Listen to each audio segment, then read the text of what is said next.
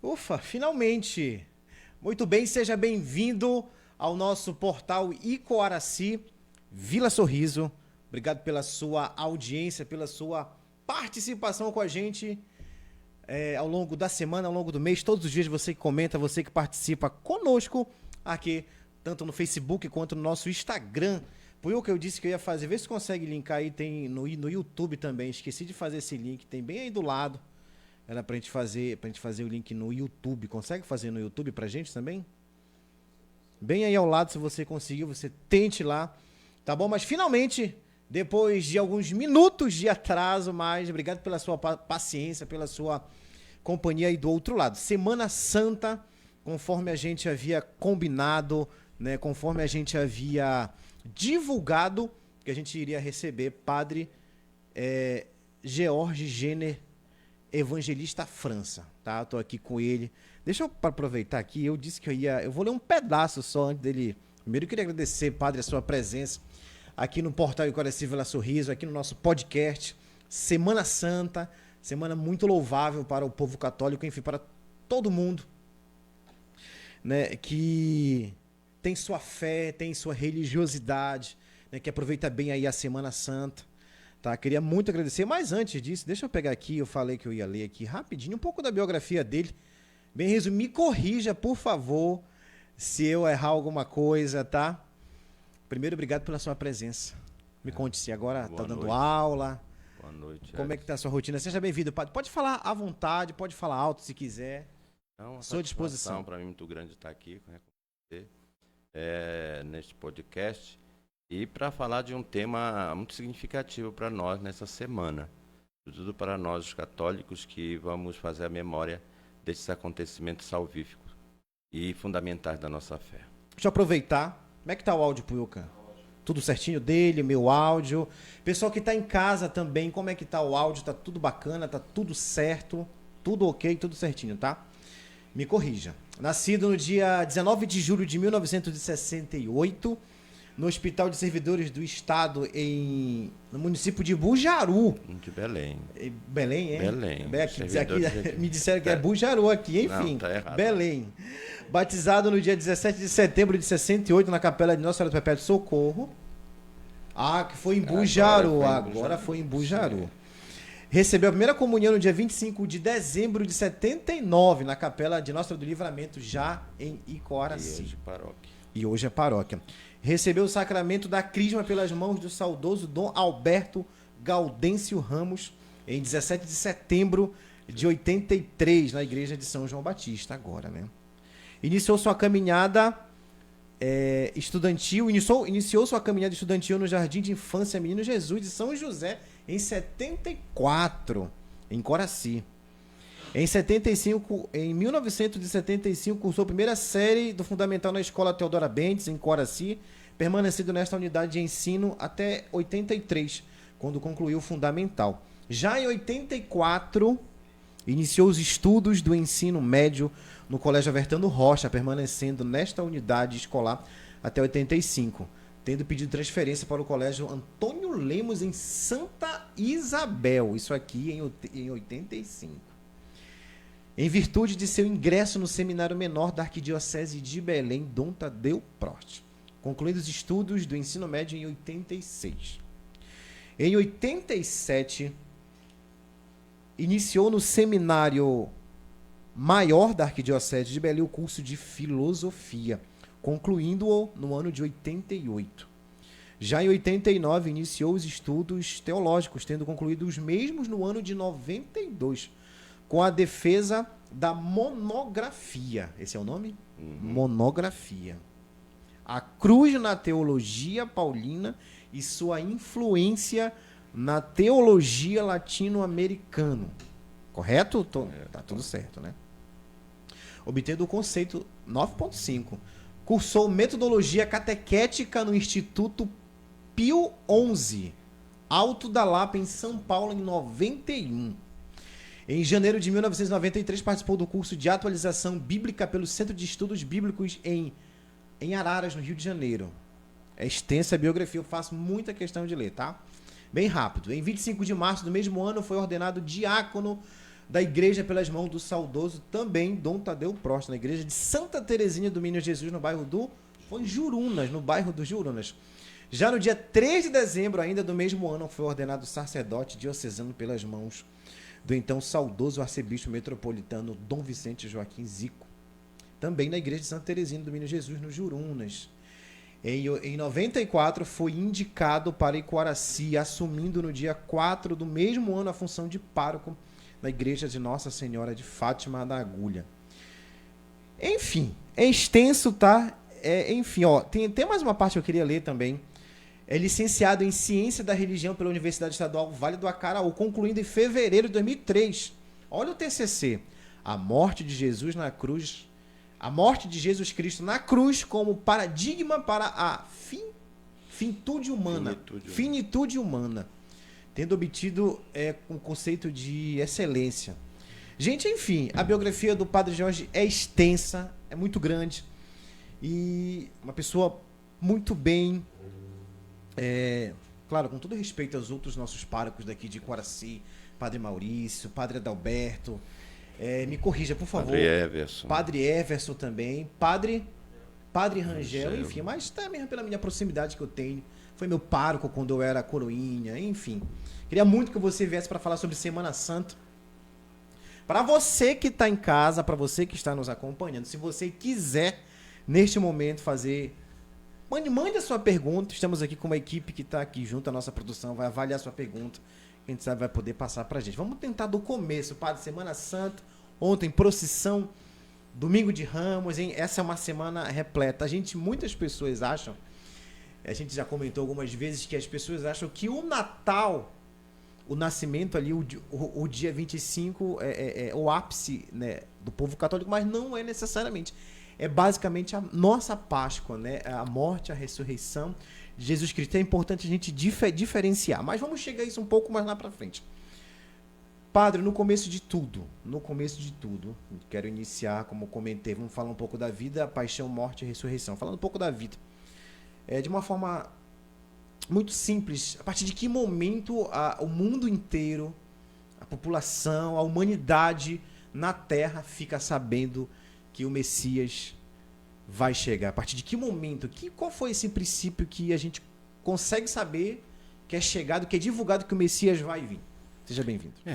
Boa noite a todos que estão nos ouvindo, acompanhando, né, pelo podcast, essa memória que vamos fazer agora e a explicação de alguns acontecimentos da Semana Santa. Primeiramente, a concepção de Messias, ela é fundada no Antigo Testamento, né? Quer dizer, é claro que a partir do reinado de Davi, né, nós temos ali uma promessa que Deus faz, né, de um líder, de um rei Messias que viria, né, da casa de Davi.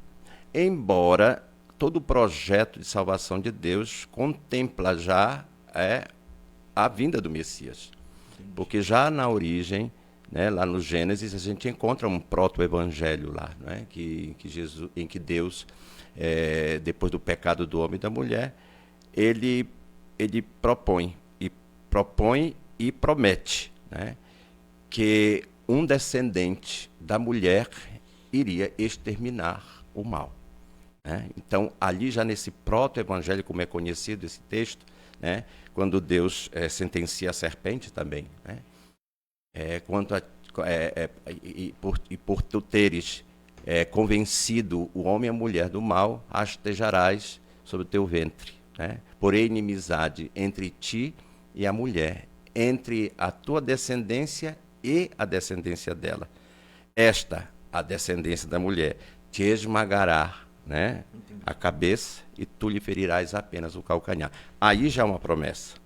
E com o Davi a promessa do rei Messias, que viria restaurar as tribos de Israel. Então, Jesus vem trazendo essa proposta, como filho de Deus, de uma recriação de tudo o que Deus havia criado. De restauração. Assim, de uma forma um pouco mais simplificada, assim, dentro da humanidade, assim, quem é a primeira pessoa que fica sabendo exatamente que vai vir o Messias? Quem começa a divulgar esse anúncio, assim? Existe alguém específico? ou não? Não, era a esperança de Israel. A esperança de Israel. Então todos guardavam no seu coração a esperança da chegada desse rei Messias. E é claro que nós temos aí, quando o anjo fala a Maria, ela recebe essa notícia de que ela vai ser a mãe, né, a porta através da qual o Messias iria entrar. No ventre dela ele ia ser formado pela ação do Espírito Santo. Então aí podemos dizer que Maria recebe primeiramente essa notícia, né? Ok, chegamos lá, é isso que eu queria entender. Então Maria basicamente recebe uma das primeiras a entender exatamente que o Messias vai vir. E essa notícia, ela basicamente se espalha, ou ela já estava espalhada, assim? Não, existia a expectativa. Agora, você fez uma pergunta no início, que talvez seria interessante a gente poder reportar essa questão que você colocou. Não foi nenhuma pergunta, foi uma questão que você colocou e que disse que viria mais adiante. Mas eu acho interessante que, sobre Jesus como Messias, nem todo mundo viu dele o Messias. Até os discípulos tiveram dificuldade de reconhecer ele na sua missão de Messias, né? Então foi difícil, né? As autoridades aceitaram, alguns judeus só da época aceitaram a Jesus como Messias, e nem todos, né? Agora, é interessante que há uma coisa singular da vida de Jesus, que tudo é compreendido a partir da sua morte. É a partir da morte, da ressurreição de Jesus, que ele vai ser entendido, acolhido e aderido, né, como o Messias, o realizador das promessas feitas na antiga aliança. Muita coisa, então, vai mudar após a sua morte. Após a morte. É singularíssimo de Jesus. Singularíssimo. Jesus, tudo dele se compreende, aqui bem rapidamente, Edson, se compreende a partir da morte. É a partir da morte e ressurreição dele que vão compreender que ele é aquele que fora batizado, porque o querigma, nós encontramos lá no capítulo 10, versículo 34 de Atos, né? Vós sabeis, irmãos, o que aconteceu em toda a Judéia, começar pela Galileia, desde o batismo pregado por João, como Jesus de Nazaré foi ungido por Deus com espírito e poder, e passou por toda parte fazendo bem e curando a todos que estavam dominados pelo demônio, porque Deus estava com ele. Quer dizer, começa uma compreensão daquele que morreu como aquele que fora batizado. E, por exemplo, nós temos Lucas e Mateus que resgatam a infância de Jesus. Aquele que morreu e não só foi batizado, ele nasceu também, né? E São João e Paulo vão falar da pré-existência de Jesus. Jesus não só foi batizado, não só nasceu, mas já existia no seio do Pai, né? No princípio era o Verbo estava com Deus, o Verbo era Deus. São João, prólogo. Então, podemos dizer, uma compreensão que foi a partir do... foi decrescente, né? Entendi. Agora sim, sobre a morte dele, porque tudo bem, Jesus nasceu, enfim, a gente tem essa ideia que até o que eu queria que você comentasse, foram exatamente 33 anos, né, que Jesus viveu entre a gente, assim, a tradição da igreja diz que foi aproximadamente, né? Porque, na verdade, todo o ocorrido, segundo os estudos bíblicos, se deu no ano 30, né? No ano 30. A partir do nascimento de Jesus Cristo. Do ano 30. O nascimento dele sempre é uma data aproximada. Isso. Né? Que ele nasceu entre 6 ou 4, entre 6 e 4 antes dele. Eu queria aproveitar esse momento para explicar um ponto bem interessante. Falar sobre essa questão de calendário. Você queria explicar isso para a gente, porque até antes de Jesus nascer, a gente contava, era verdade que o calendário... A gente contava ele para trás. É isso. Aí, a partir do momento, o calendário a gente conta para frente. Vamos tentar entender para as pessoas que estão em casa também entender essa questão dos números, né?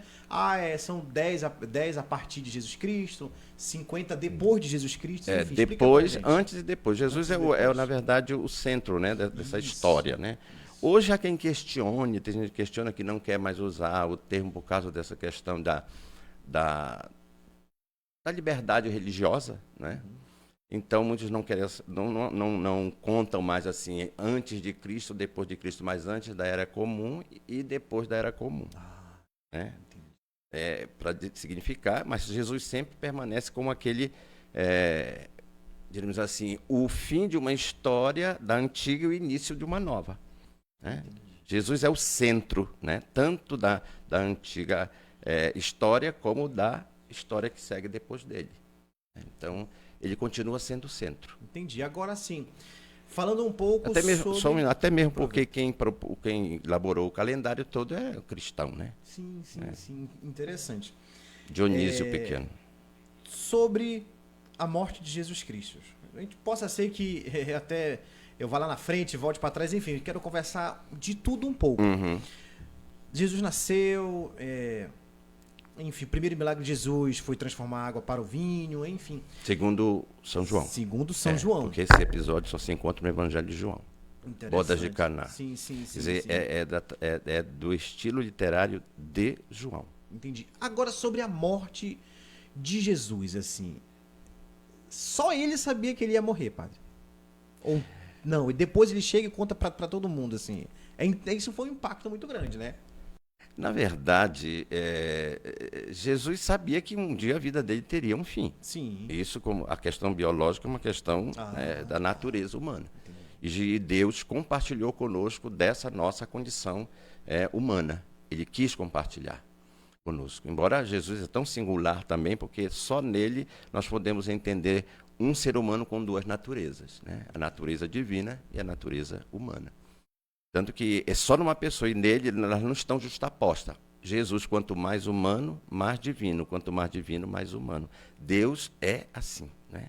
Ele se fez humano, plenamente humano, quanto ele é plenamente Deus. Entendi. Então, Jesus, ele para nós é essa pessoa singular, também nessa condição da realidade humana. Entendi. Agora, é o momento que ele divulga oficialmente a morte e a ressurreição dele.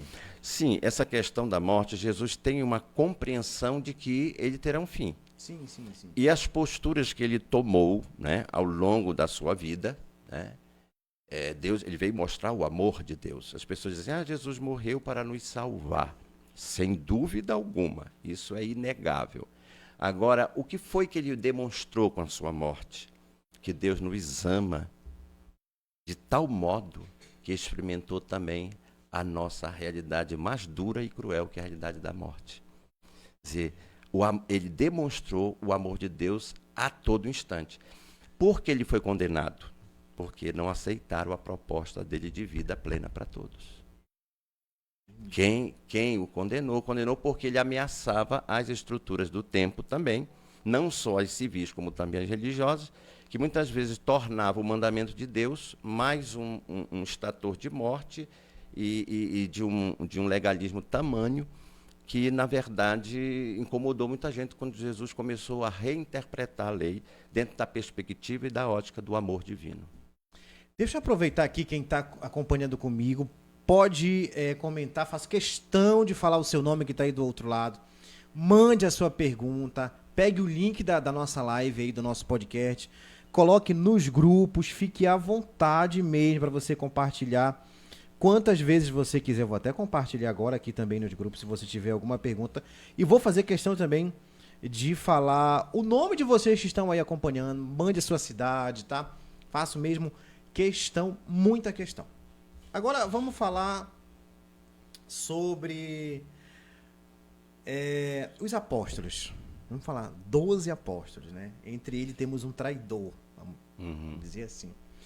Como é que foi assim, faça um resumo pra gente, como é que foi essa escolha de cada apóstolo? Uma forma bem resumida, assim.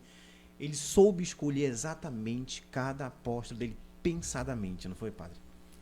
Bem, Jesus escolheu os seres humanos. Isso a gente tem que ter bem claro, né? Jesus escolheu do meio da multidão, daqueles que o seguiam, os que seguiam a Jesus, ele escolheu 12. Mas é interessante que os evangelhos nos registram uma coisa importante. Jesus subiu a montanha para rezar, para orar, para estar... A montanha sempre é para Jesus o lugar do encontro com Deus, com o seu Pai, e quem ele recebia certamente as orientações para o seu ministério profético e messiânico.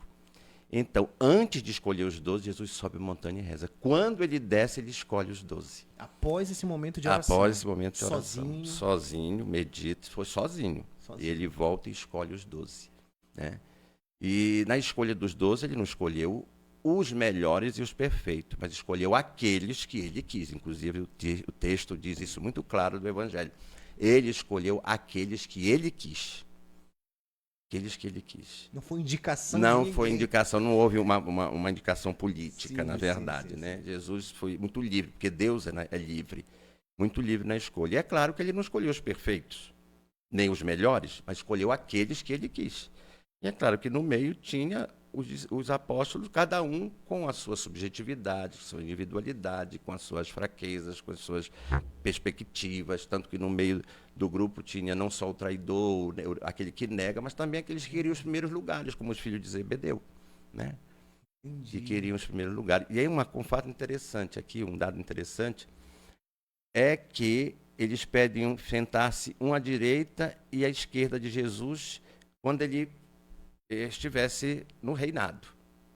Interessante que Deus não colocou nenhum discípulo do lado da cruz de Jesus, mas 2 malfeitores.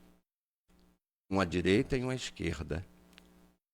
E Jesus disse para aqueles discípulos de filhos de Zebedeu, eu não posso conceder, é aqueles a quem o Pai confiar. E Deus quis que Jesus cumprisse sua missão de resgatar a vida humana, até mesmo na sua condição moral, como os malfeitores.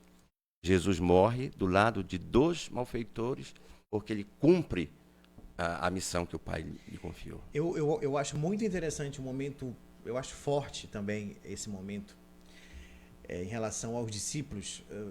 Por favor, não sei se é Pedro ou se é João, mas eu acredito que seja Pedro, que tem um determinado momento que todo mundo está numa barca, Jesus aparece sozinho no mar e Jesus pede para um deles sair da barca. É Pedro. E Pedro começa a afundar. Não, Pedro pede para ir até Jesus. Pede para ir até Jesus, vem, né? Vem. E Pedro começa a afundar. Isso. O que isso quer dizer?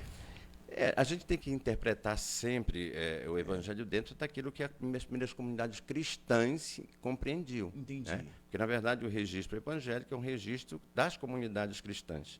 Né? E nesse episódio, a barca sempre significa a igreja. E a igreja ela caminha nas ondas sempre da história, entre altos e baixos. Então, muitos nessa navegação da barca de Pedro, da barca de Jesus, que é a igreja, muitos fraquejam na sua fé, assim como Pedro, que vendo as ondas começou a afundar.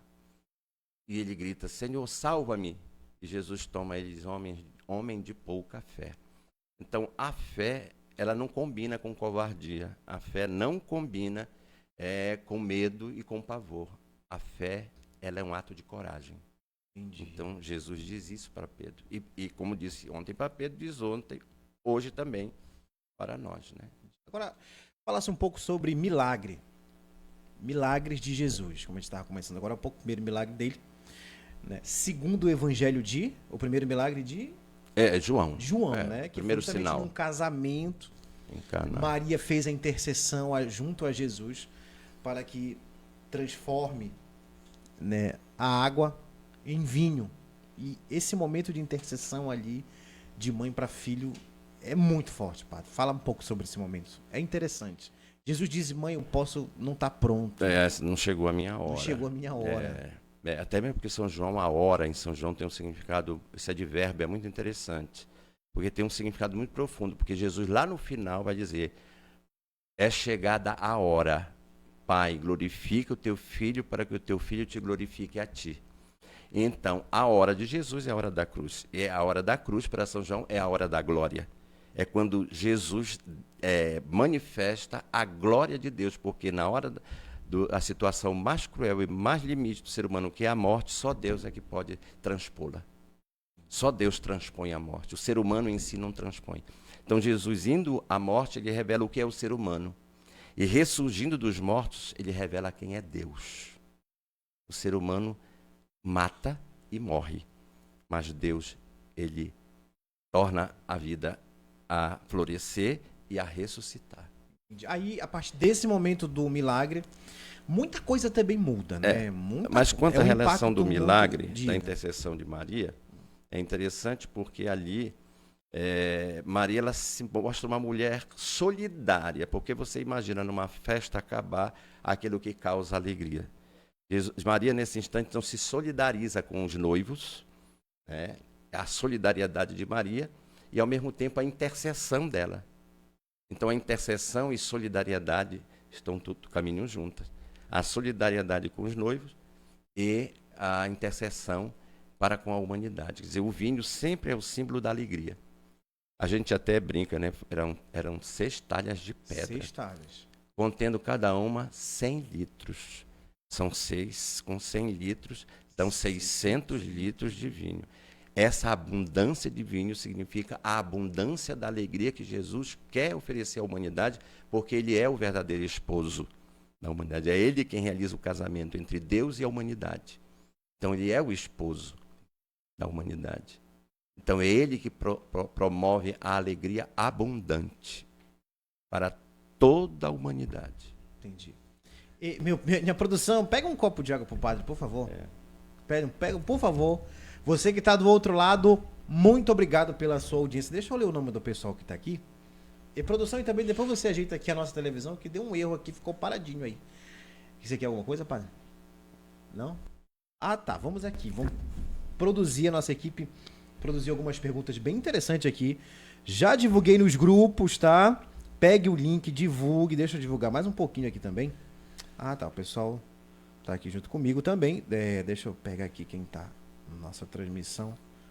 Isso, produção. Obrigado. A produção aqui, obrigado. Produção tá nota 10. Quero água também. Agradecer nossa equipe técnica direto da ilha de Cotijuba, sempre, né, aqui conosco, o nosso grande amigo parceiro Ivanildo, mais conhecido como Puiuca Santos. Deixa eu ver quem tá aqui comigo. Obrigado também. Valeu, produção. Deixa eu deixar aqui. Deixa eu pegar aqui, por favor. Aqui. Deixa eu ver. Noêmia Lima. Quem tá aqui. Nayara Gemac também tá por aqui. Samara Beatriz. Valdineia Silva. Conseguiu linkar no YouTube, Puiuca? Tem uma opção bem aí, um link do lado direito do painel. Adicionar, ele é uma opção, ou então vai em plugins. No próprio programa, tá? Deixa eu ver quem tá aqui também. A Cleide, Joelma, Jorge, o Jorge também. Muito obrigado, Jorge. Valdineia, enfim, todo mundo ligado. Rapaz, eu peguei um sol hoje. Tô bronzeado. Agora que eu fui olhar aqui no vídeo, peguei um sol de manhã, que meu Deus do céu. Tá vermelho. Muito vermelho. Um sol. Aniversário da Ilha de Outeiro. Quem é um pároco da Ilha de Outeiro? Por favor, produção. Deixa eu ver. Nossa Senhora da Conceição. Na Ilha de Outeiro, por favor, comentem pra mim. Fui lá na Ilha de Outeiro, aniversário. São 132 anos. Parabéns à Ilha de Caratateua. Produção, veja pra mim, por favor, quem é o pároco aí da Ilha de Caratateua. Fiquei vermelho, um sol. Tu foste pra lá hoje? Aniversário hoje, comemoração. De Cotijuba? Da Ilha de Outeiro. Da Ilha do Outeiro. 132 anos. Vamos aqui pras perguntas, depois a gente faz foi pro Outeiro ou foi pra Cotijuba? Não, o Cotijuba é ele lá, ó. Foi pra Outeiro, então. Foi pro Outeiro, o pároco do Outeiro é o Anderson. Padre Anderson. Anderson. Ah, tá. Cotijuba já é paróquia também, né? Paróquia. Cotijuba já é paróquia. Tem uma pergunta aqui. O discípulo mais amado dos 12. Existe o mais amado, padre? A tradição cristã, a católica, ela nos deixa claro que esse discípulo amado é atribuído a João, né? Que era o mais novo de todos, né? Talvez, como o mais novo, exigisse um pouquinho mais de atenção. Sim, né? sim. E dizem que a tradição conserva São João como o discípulo amado. Mas pode também ser entendido esse discípulo amado como todo aquele que ama Jesus. Né? Todo aquele que ama Jesus é discípulo amado por ele. Certo. Deixa aqui para as perguntas. Conseguiu achar a produção aí? Conseguiu, né? Tá.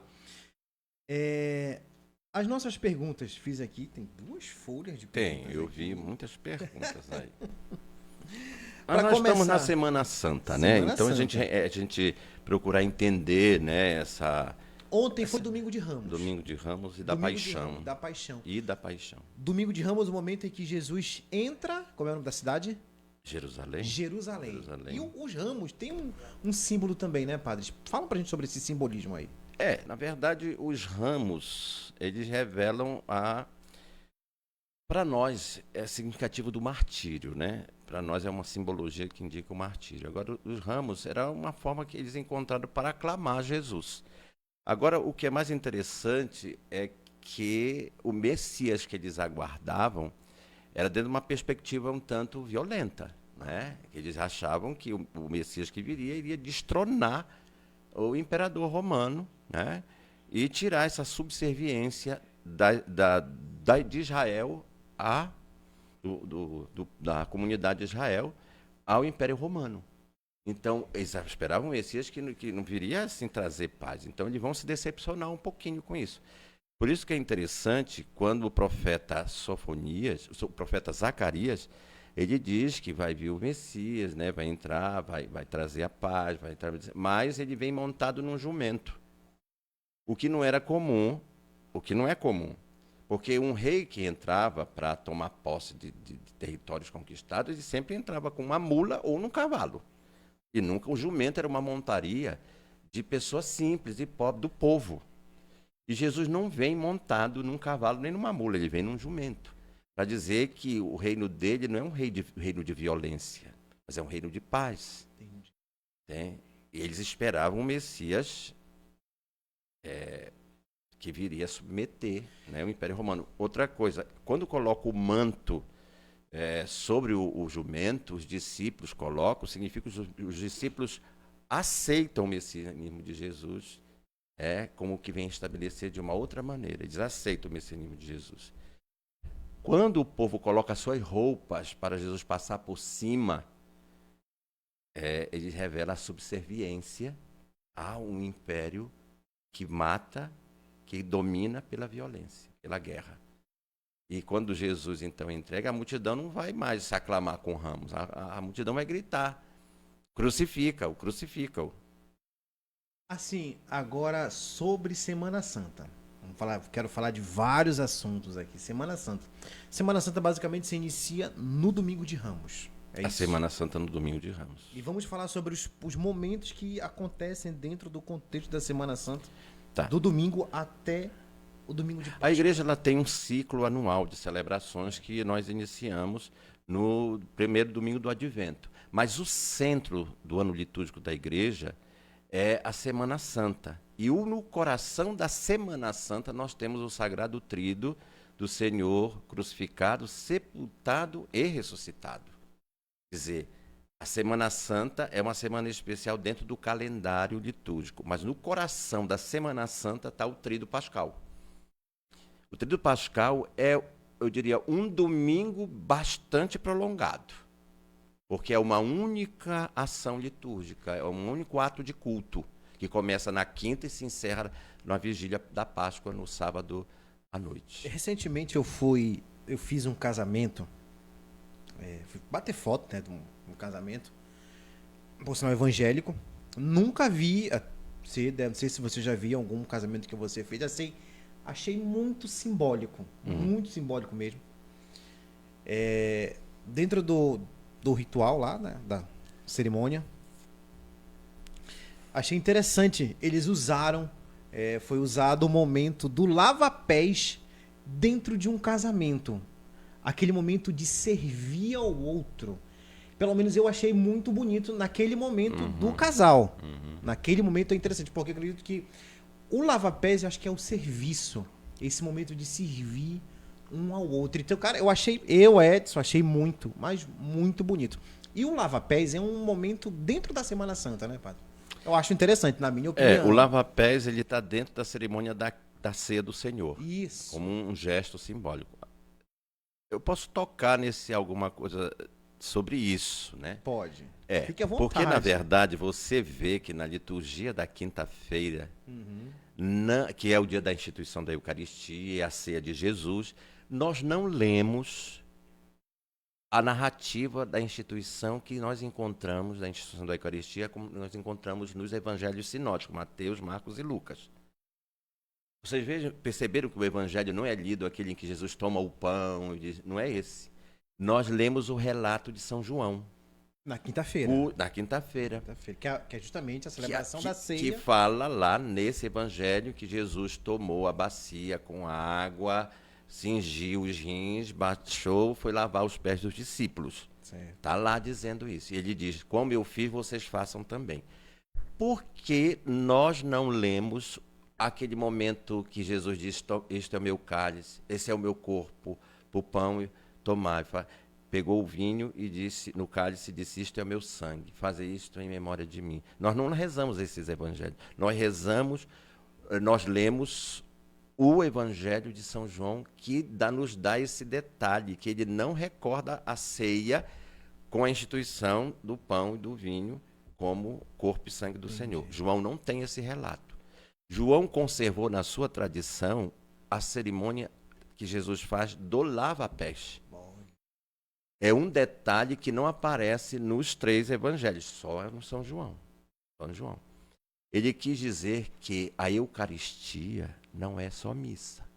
A Eucaristia também é serviço. Que a Eucaristia é serviço. Ele estava sentado à mesa com os discípulos quando ele faz isso. João conservou na sua tradição evangélica esse gesto do lava-pés para dizer que a Eucaristia que Jesus fez na quinta-feira se completou no serviço que ele fez da cruz, que ele se entregou na cruz. Então, comungar é servir. Entendi. Interessante. Muito bom, olha. Muito bom, muito bom. Tem pergunta aí, produção? Mandaram aqui para mim?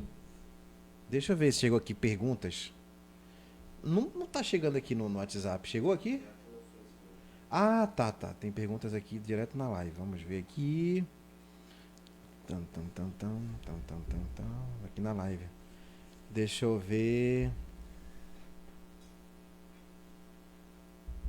Ah, tá aqui. Por que Maria, irmã de Lázaro, unge os pés de Jesus? Perguntaram aqui. Me corrija, seu. Mas aí, onde está no texto do Evangelho, que foi a Maria, irmã de Lázaro, que... Aqui diz, a Noemi Lima pergunta, por que Maria, irmã de Lázaro, unge os pés de Jesus? Bem, tem uma mulher que vai e unge os pés. Mas não diz exatamente que é Maria, então. Ainda não vi esse detalhe. Entendi, mas tem uma mulher que unge, tá? Então, veja bem, Jesus lá diz, né? Até porque Judas ele reage diante disso, né? Que era um nardo puro, né? Que foi ungido o pé de Jesus, os pés de Jesus. E Judas diz, por que a gente não vende para pegar o dinheiro desse, né? Sério? Tá lá, é em Betânia, né? É em Betânia, que a mulher vai e unge os pés. Mas só que não diz exatamente nós vamos ler esse evangelho nesses dias agora. Porque esses dias ainda, segunda, terça e quarta, né? Esse evangelho, ele aparece, porque depois vem da traição, vem da traição, da negação de Pedro, né? Entendi. Porque Jesus anuncia a negação de Pedro nessa semana. Então, Jesus diz, ela está fazendo isso para a minha sepultura, como quem diz, está... Porque os judeus têm uma prática de sepultar, colocando, untando ungindo, né, o corpo do defunto. Sim. Então, geralmente é com perfume, perfumado, para a questão também do cheiro, né? Tá, entendi. Produção, tem mais outra pergunta aí, cameraman? Tem mais uma pergunta aqui. É como se fosse o anúncio da morte. Entendi. Produção, vê se consegue ajeitar aqui, que eu não estou conseguindo ajeitar. Vê se consegue no controle aí. Deixa aí o foco Rapaz, eu tô muito vermelho, meu Deus, eu tô bronzeado, Puiuca. Deixa no padre. Ele tá a câmera, por favor, não corta muito, só quando eu falar aqui. Vê se consegue tirar essa barra, deixa aí no padre. Tem mais uma pergunta aqui, vamos ver. Sobre, a Naira pergunta sobre a passagem onde Jesus diz para Maria, mulher, eis aí teu filho, eis aí tua mãe. Uma passagem muito forte. É muito significativo, na verdade, né? Nesse momento, você sabe que a hora da morte é sempre uma hora muito, muito comprometedora, não é? A hora da morte é sempre muito comprometedora. Quando se deixa algo para alguém, né? ou se deixa alguém para alguém. Geralmente, quando uma mãe morre, diz, olha, cuida dos meus filhos, para a irmã, para o pai, cuida dos meus filhos, né? Geralmente, os moribundos que estão à morte, geralmente pedem para que cuide de algo ou de alguém. E, nesse momento da cruz, Jesus diz assim, né, para João, o discípulo amado, lá não diz o João, mas é o discípulo amado, diz assim, filho, eis aí a tua mãe. E ele diz para a mulher, mãe, eis aí o teu filho. Ou mulher, mãe ou mulher. Então, nesse instante, Jesus entrega como uma herança, em um testamento, Maria para ser cuidada pelos discípulos e ela cuidar dos discípulos dele. Né?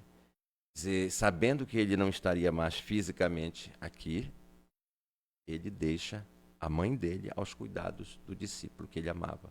E o discípulo que ele amava aos cuidados da mãe dele. Tanto que a gente diz, todo discípulo que é amado e se sente amado não pode deixar de acolher a mãe de Jesus. Falando de discípulos, vamos recapitular quem são os 12 discípulos? Vamos lá, padre? Consegue lembrar? Vamos lá? Vamos lá, mas... Vamos tentar. Ajuda aí, 12. Me corrija, não precisa ir para a internet, produção. Vamos lá. Vai. A gente vai se ajudando.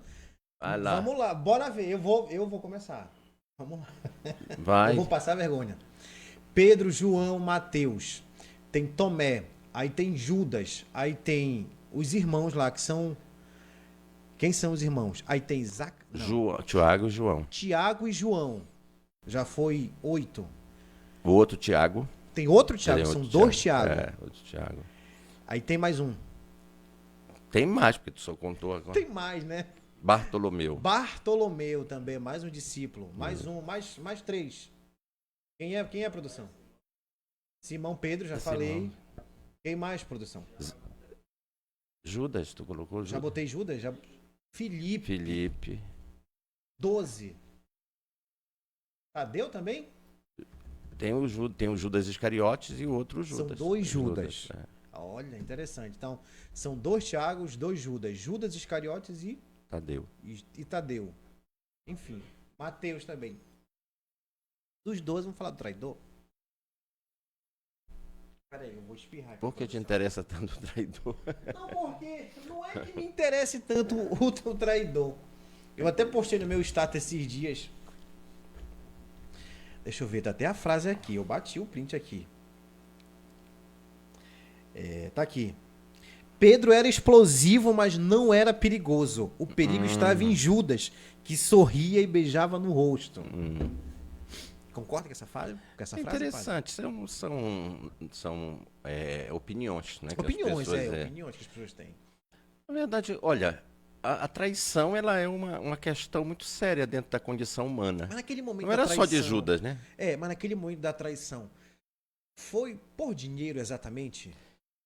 Bem, quem interprete, tem várias interpretações. Certo. Até na morte dele, que diz que ele se enforcou. Mas não diz que...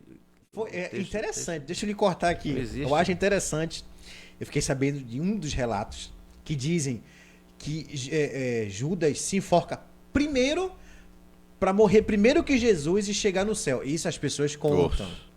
Para chegar lá pedir perdão. O senhor já deve ter ouvido falar sobre isso. Que Jesus parece que nunca tinha ouvido. Tenta se matar primeiro, por isso que ele se enforca antes de Jesus morrer, para chegar no céu, pedir desculpa. Mas quem é que abre as portas do céu para nós? Com certeza, com certeza. As portas da eternidade foram abertas para nós por meio de Jesus. Verdade. Então, verdade. Já não, essa hipótese já não é descartada. É descartada. Mas ele se enforca, segundo a tradição. Tem um outro relato que diz que ele se jogou no precipício. Certo. Né? Que foi, produção?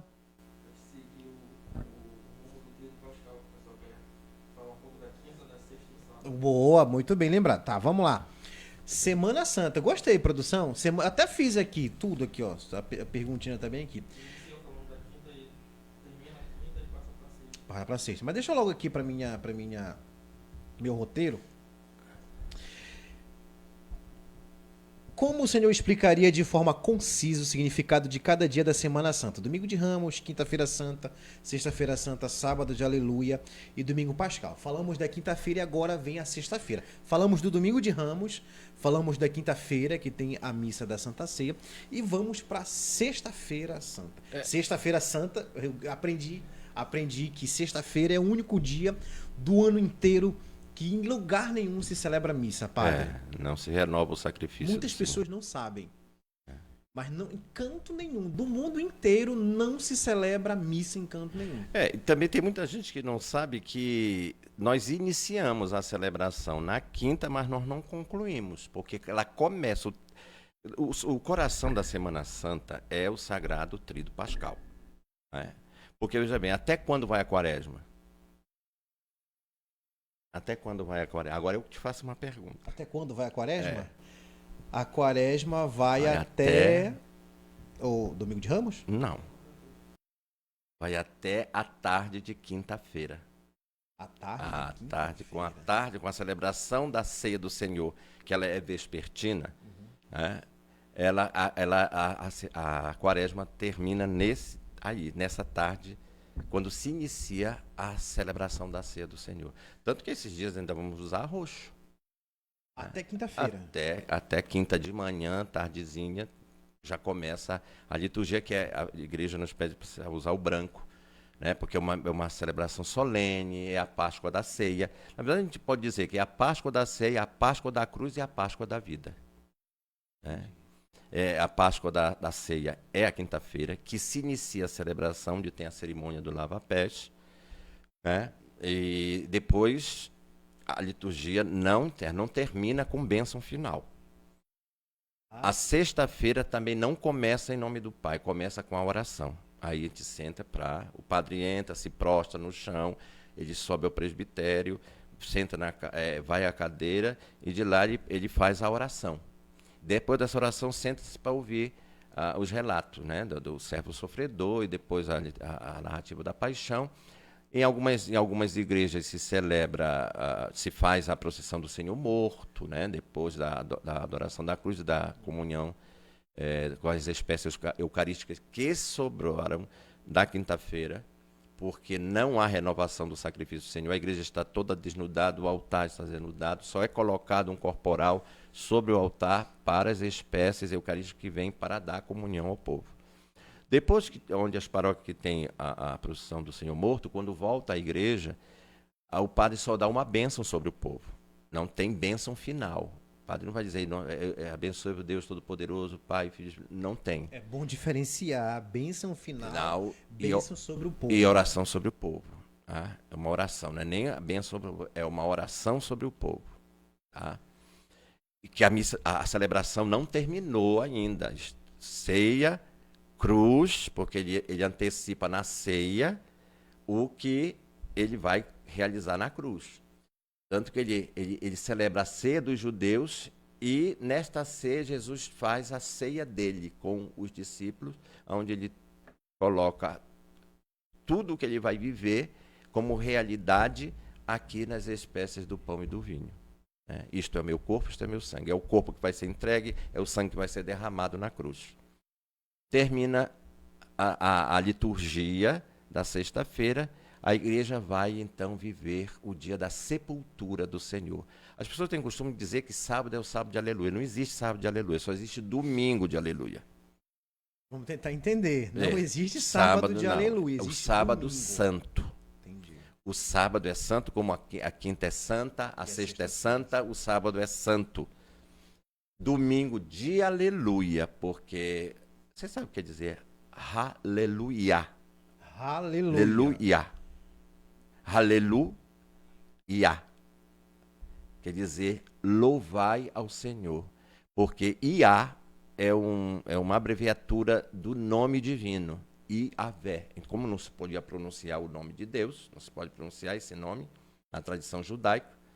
Então, o aleluia quer dizer louvai ao Senhor. Halé, louvor. O Iá, o Senhor, ou Adonai, ou qualquer outro nome que não seja o nome divino. Agora, no sábado, a celebração é uma celebração extensa, né? Ela é Bem longa, porque são muitos sinais. São quantas leituras, produção? 7? São 7 do Antigo Testamento, uma que é do Romanos, na leitura antes do Evangelho. Então são 2 do Novo e 7 do Antigo. Por quê? 7 salmos. 7 salmos, 7 orações. Diga, Sempre... produção.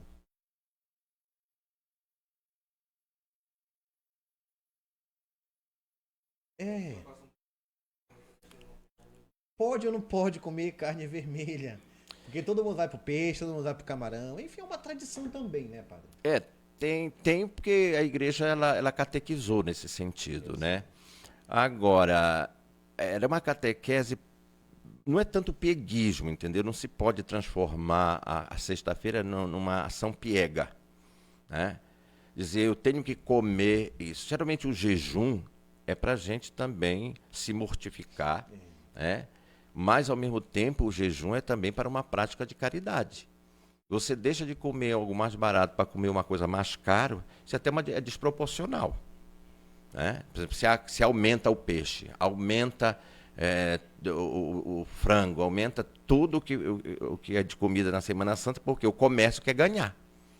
Né? Então, esse sistema que a gente tem é um sistema que explora até a fé. Né? Então, a carne...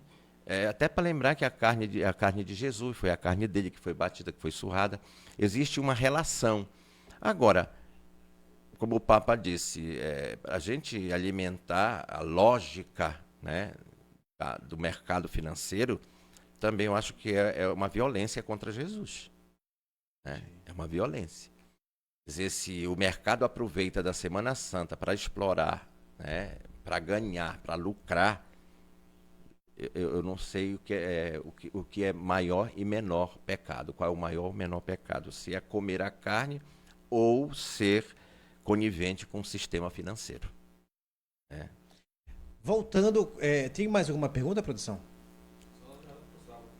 Só já para o sábado também?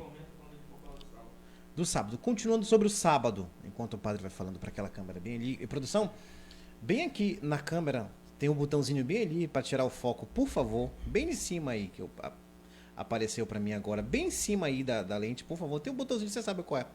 Tira o foco para mim, por favor. Isso, agora sim, vai ficar tudo certo. Sim, voltando ao sábado. 7 leituras, 7 salmos. Uma celebração bem extensa. Muitas, eu já vi, até mesmo você mesmo, basicamente ela é uma boa parte toda cantada, né, padre? Basicamente, muito, muito bonita, por sinal. Luzes apagadas. Me confirma para mim, é no sábado que a gente acende o Círio Pascal? É o Círio Pascal, É a celebração da luz, começa com a celebração da luz. Quer dizer, o padre não começa com o nome do Pai. No sábado. Pode ver. Porque é continuidade ainda. É um domingo em 3 momentos. Cara, a ceia, a cruz e a luz do Espírito. Né? E os novos nascimentos com a liturgia batismal. Né? Que nós temos também a liturgia batismal. E algumas igrejas hoje faz o crisma, a celebração da crisma, do batismo, da crisma e da Eucaristia. Agora deixa eu falar aqui sobre a morte e paixão de Jesus Cristo. Já estávamos nesse assunto. Qual o significado teológico da paixão de Cristo? Porque era necessário esse sacrifício? Uma vez você perguntou para mim. A gente conversamos, lembro, tempo de rádio, mas e se Jesus não tivesse morrido, padre? E se esse sacrifício não tivesse acontecido? Como é que seria? Nós não teríamos pago o preço que era exigido pela culpa cometida lá no Gênesis. Se Jesus não tivesse morrido, nós jamais recuperaríamos a nossa condição de inicial, né? A nossa estado de natureza original, entendeu? De proximidade com Deus. É interessante porque tem um canto até bonito que diz assim: o primitivo casal, eles comeram do fruto que se tornou fatal. Né? Deus marcou outra árvore.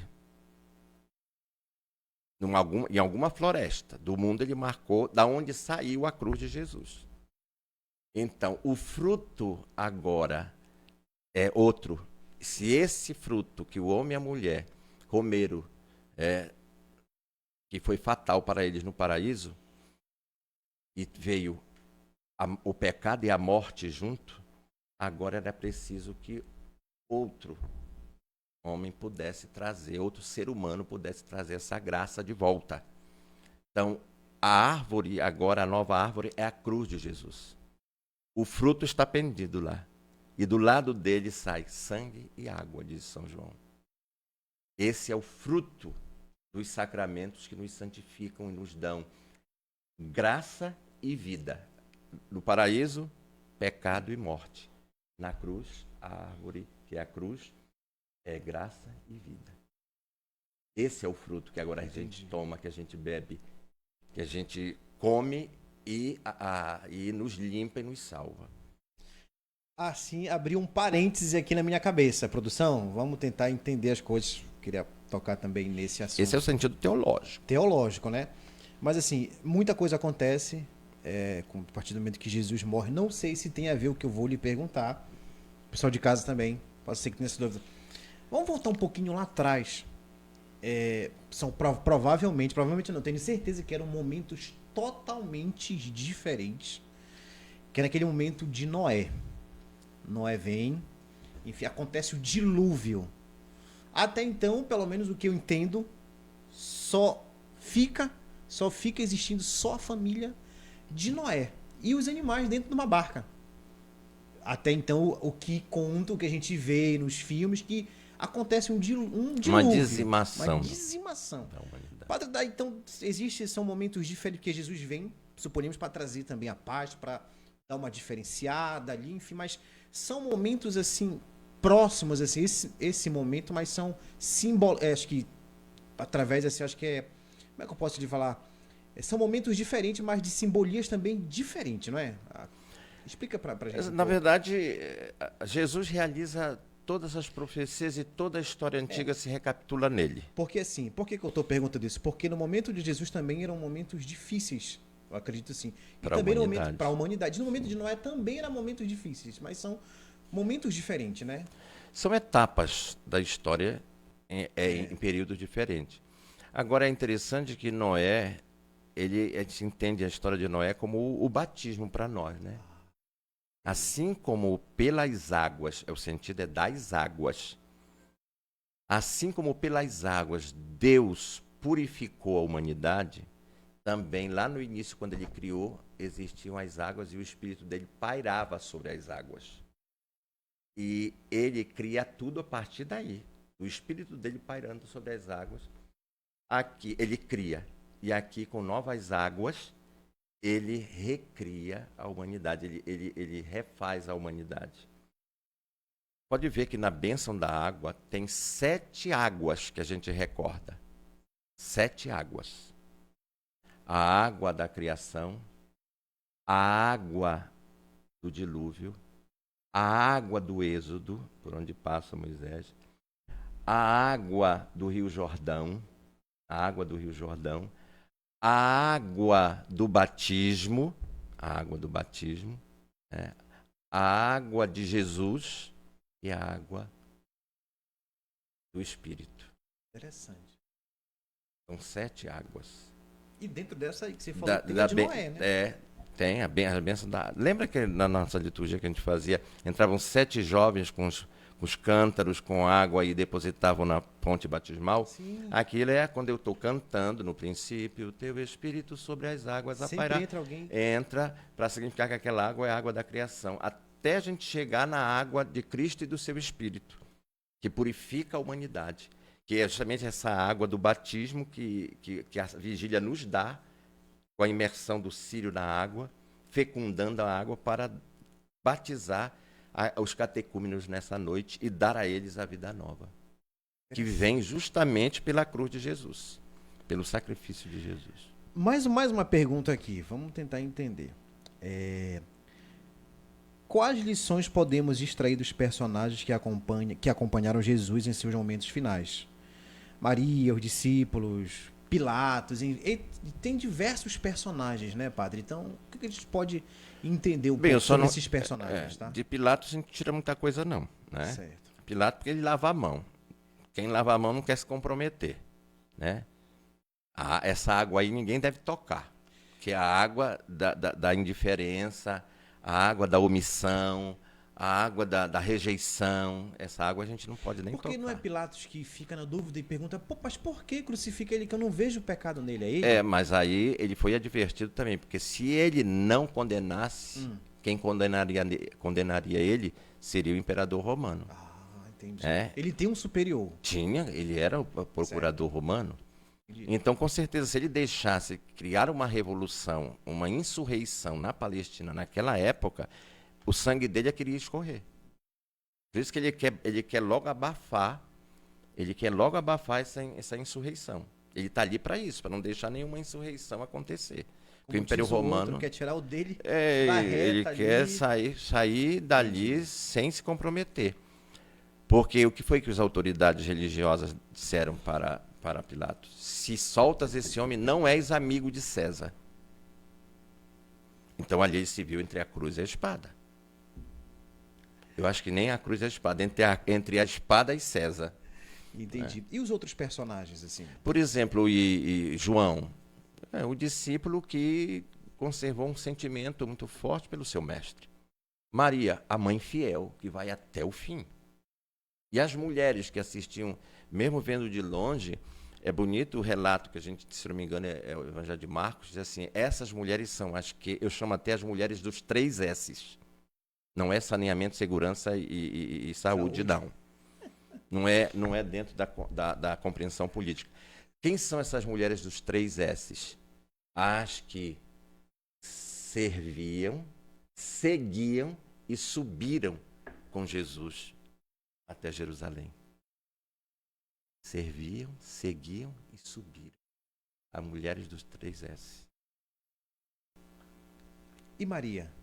Pois é, Maria, ela está no meio dessas. Está no meio dessas, né? Mas ela é a mãe fiel. A mãe que não deixa o filho...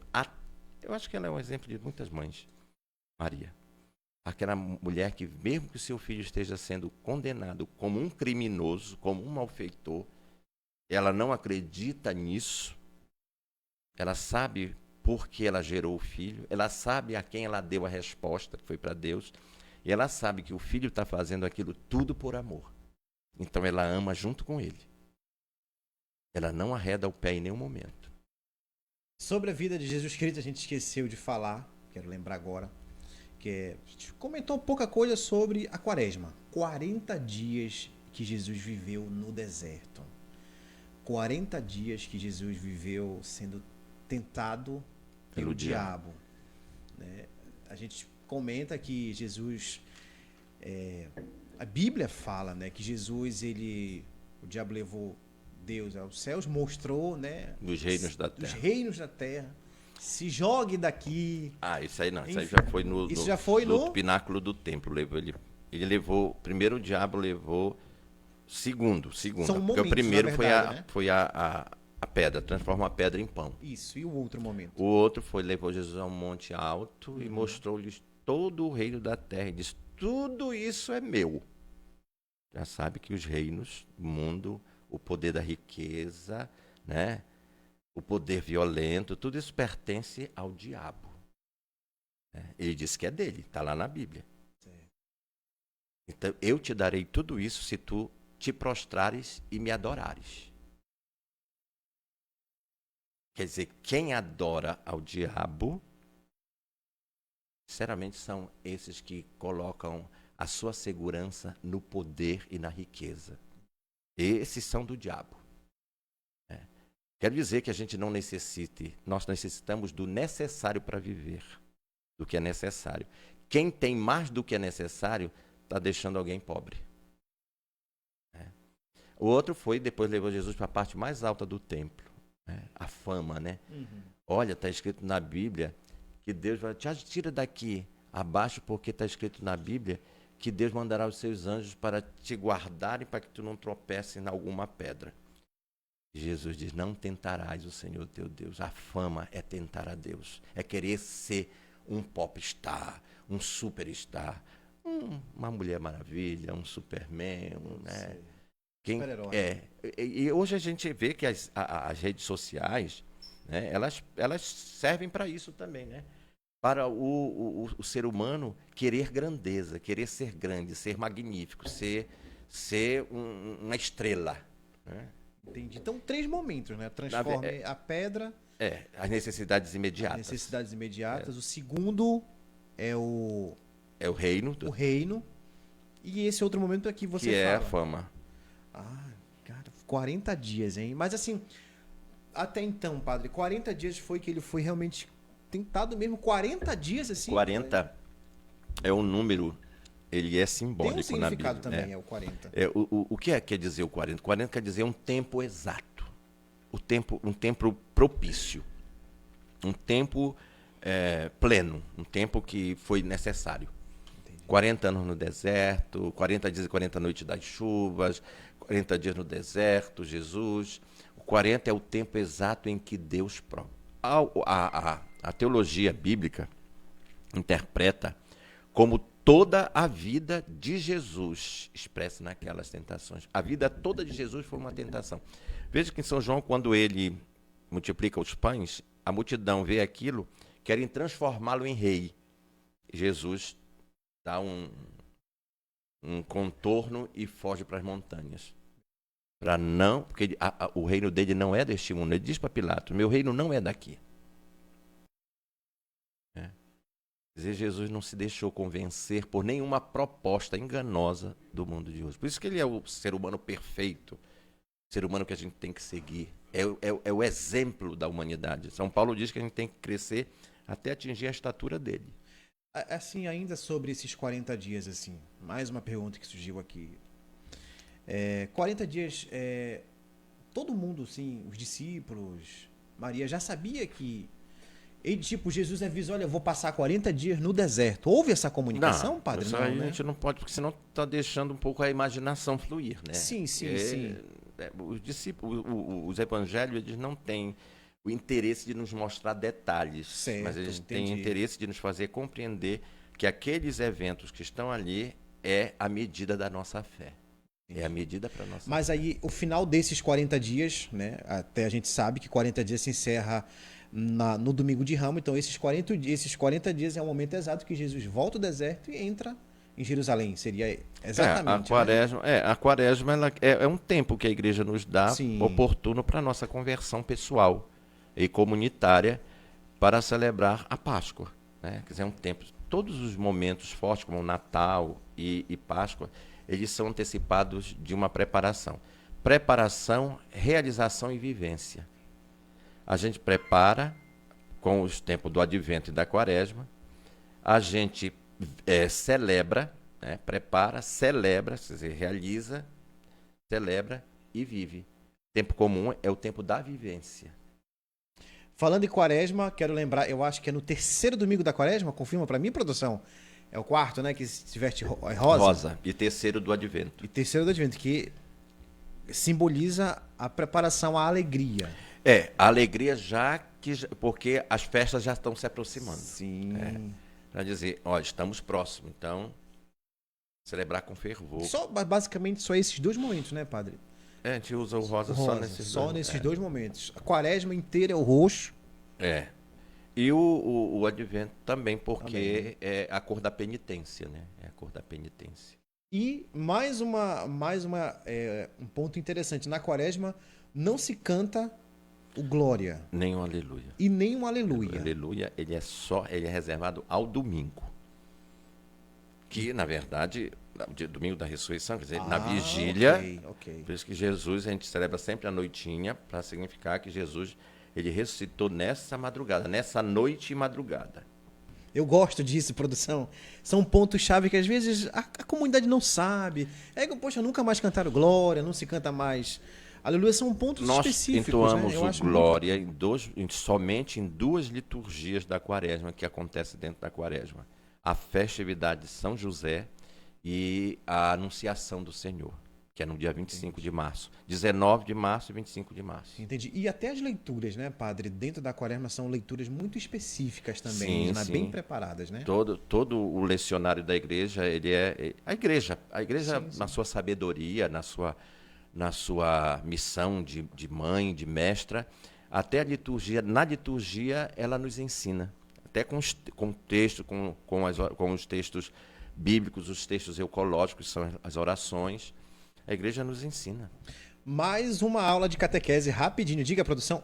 Não, antes de comentar, mais um ponto. Vamos abrir um parêntese rápido. Você quer falar, padre? Pode falar. Eu ia dizer uma coisa que me veio aqui à mente na hora que você estava falando, que nós vivemos, na verdade, uma festa, né, que são 3 momentos de um único ato celebrativo. Tem gente que diz assim, eu vou na quinta, não vou amanhã na sexta. Eu vou na sexta e não vou no sábado. Quer dizer, vou deixar só para ir no domingo. Então você rompe com todo um ato celebrativo. Você não celebrou pela metade o tríduo. O tríduo é para você celebrar contínuo. Ele é contínuo, porque a celebração, são 3 celebrações diferentes num único ato de culto. Portanto, a bênção final vai ser só na Vigília Pascal. Com a Vigília Pascal se dá a bênção final. Entendi. E aí também, no domingo, às 3 horas da tarde, até então a gente não se confirma exatamente assim, padre, já? Que foi exatamente às 3 horas, porque existem as 3 horas da agonia. Era isso que eu ia dizer para você. De meio-dia Todas até as 3. celebrações do Tríduo Pascal procuram se aproximar o máximo dos eventos históricos de Jesus. Todas as liturgias que a igreja celebra no Tríduo Pascal, elas se aproximam dos eventos históricos que ocorreram com Jesus. Inclusive, há um dado muito interessante. Às 15, Jesus começa a padecer das 12 até as 15. Às 15, a igreja começa a celebrar a morte de Jesus. Então, meio-dia. Então dá para entender que meio-dia Jesus crucificado. Ele começa a agonia. Mas já está crucificado. Já tá. Então, de meio-dia até 13, ele está na cruz. Ele está na cruz sofrendo. Entendi. Por isso tem aquele sermão das 3 horas de agonia. Quantas vezes você já participou, hein, padre? Eu fiz uma. Só uma vez foi? Uma vez, só um ano. Você lembra? Veja bem, e às 15 horas era a hora em que no Templo de Jerusalém estava ocorrendo a morte dos cordeiros para celebrar a Páscoa. Naquela mesma hora em que sacrificava os cordeiros em Jerusalém, também Jesus estava morrendo na cruz. Por isso ele é o Cordeiro de Deus. Porque os cordeiros simbolizavam aquele que era aspergido o sangue nas casas para significar a salvação de Deus, das Páscoas judaicas. Então, Jesus também está derramando o seu sangue, purificando a humanidade, salvando. Então a gente consegue entender agora, de uma certa forma, que a Páscoa, Páscoa, era um momento ali que já se existia, então, padre, ela só apenas coincidiu com a morte de Jesus. Já existia como festa judaica. Como festa, a Páscoa. A Páscoa judaica, que é a Páscoa que ele recorda a saída do Egito para a Terra Prometida. A saída, Pessach. Pessach, daí vem a palavra Páscoa, né? Pessach quer dizer passar, de saltar como um pulo, né? De uma situação para outra, de uma condição para outra. Antes escravos do Egito, agora livres na Terra Prometida. Entendeu? Então, é isso que celebrava a Páscoa. A saída às pressas deles para a liberdade das garras do faraó. Muito bom. E Jesus, então, celebra essa Páscoa. E nessa Páscoa, ele pega 2 elementos dessa celebração, que é o pão e o vinho, e coloca a realidade substancial do que ele vai viver para essa realidade substancial do pão e do vinho. Tem pergunta aí, né, produção? Tem pergunta aí, mas antes de chegar a essa pergunta lá, muito obrigado pela sua audiência, pela sua participação aí do outro lado, compartilhe. Quanto tempo tem de live, produção, aí? 1 hora? Eu sei que ia ser longo, ia ser maravilhoso esse papo hoje.